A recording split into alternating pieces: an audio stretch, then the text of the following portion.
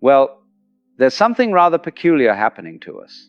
Something we don't talk about because we don't have the words for it yet. We wake up exhausted. Not the kind of exhaustion that comes from building something meaningful or loving someone deeply. No, this is different. This is the exhaustion of having done nothing and everything at the same time, of having consumed without being nourished, of having been busy without being alive. And here's what I want to suggest to you today, something that might sound almost offensive at first: that the most dangerous thing you can be in this world is interesting. That the smartest move you could possibly make is to become, by modern standards, profoundly boring. Now stay with me here, because I'm not speaking of boredom in the ordinary sense. I'm not talking about dullness or lack of ambition or retreating from life. I'm speaking of something far more radical and far more powerful. The deliberate choice to become invisible to the machines that are trying to harvest you. Have you ever stopped to wonder why you feel the way you feel?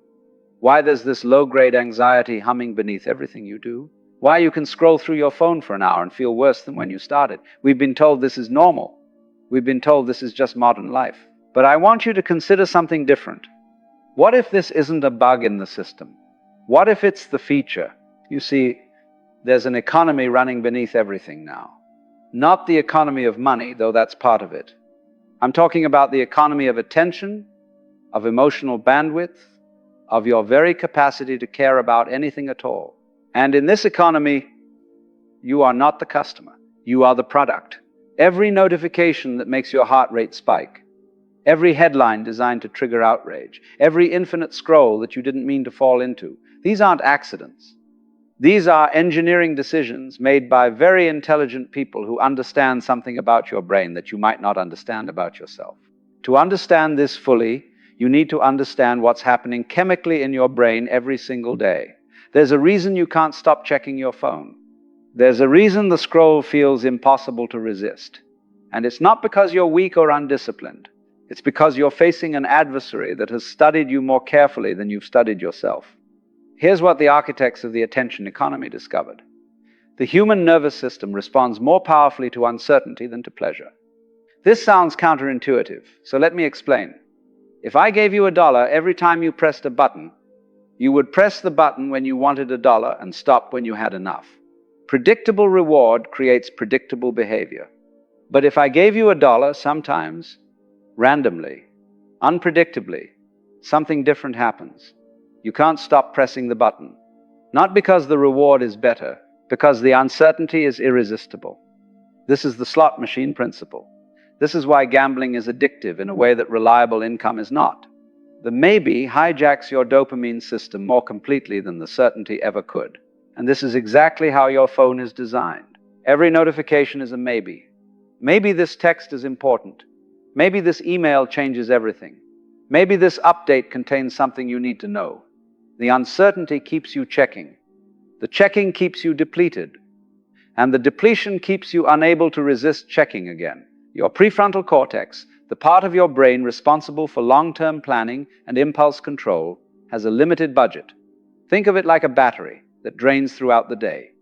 Every decision you make, every temptation you resist, every notification you respond to, it all draws from the same reservoir. By the time most people reach mid-afternoon, their prefrontal cortex is exhausted. Not from doing meaningful work, from resisting the constant pull of interruption, from making hundreds of tiny decisions about what deserves their attention, from being perpetually on guard against the next demand. This is why you feel so tired, despite having done nothing physically demanding. This is why you reach for comfort food and mindless entertainment in the evening. Your brain's executive function has been depleted, and it happens so gradually you didn't even notice it draining away. Here's what's even more insidious.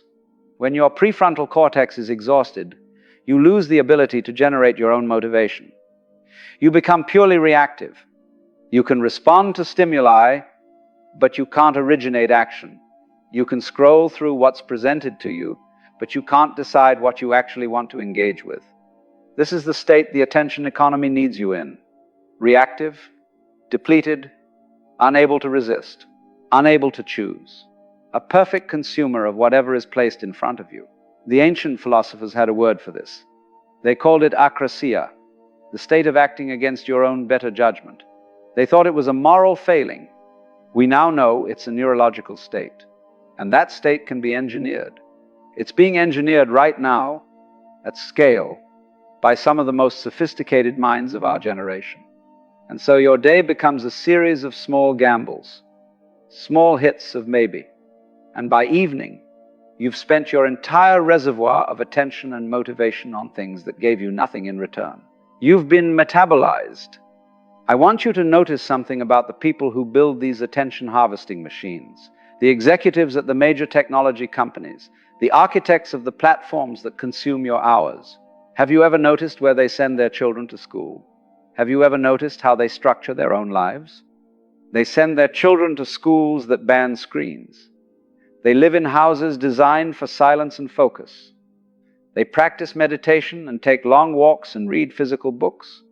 They understand something that they're not eager to share with you, that the chaos they're selling is poison, and that the antidote is exactly what they've made you believe is worthless. The antidote is boring. The antidote is slow. The antidote is difficult to monetize and impossible to scale.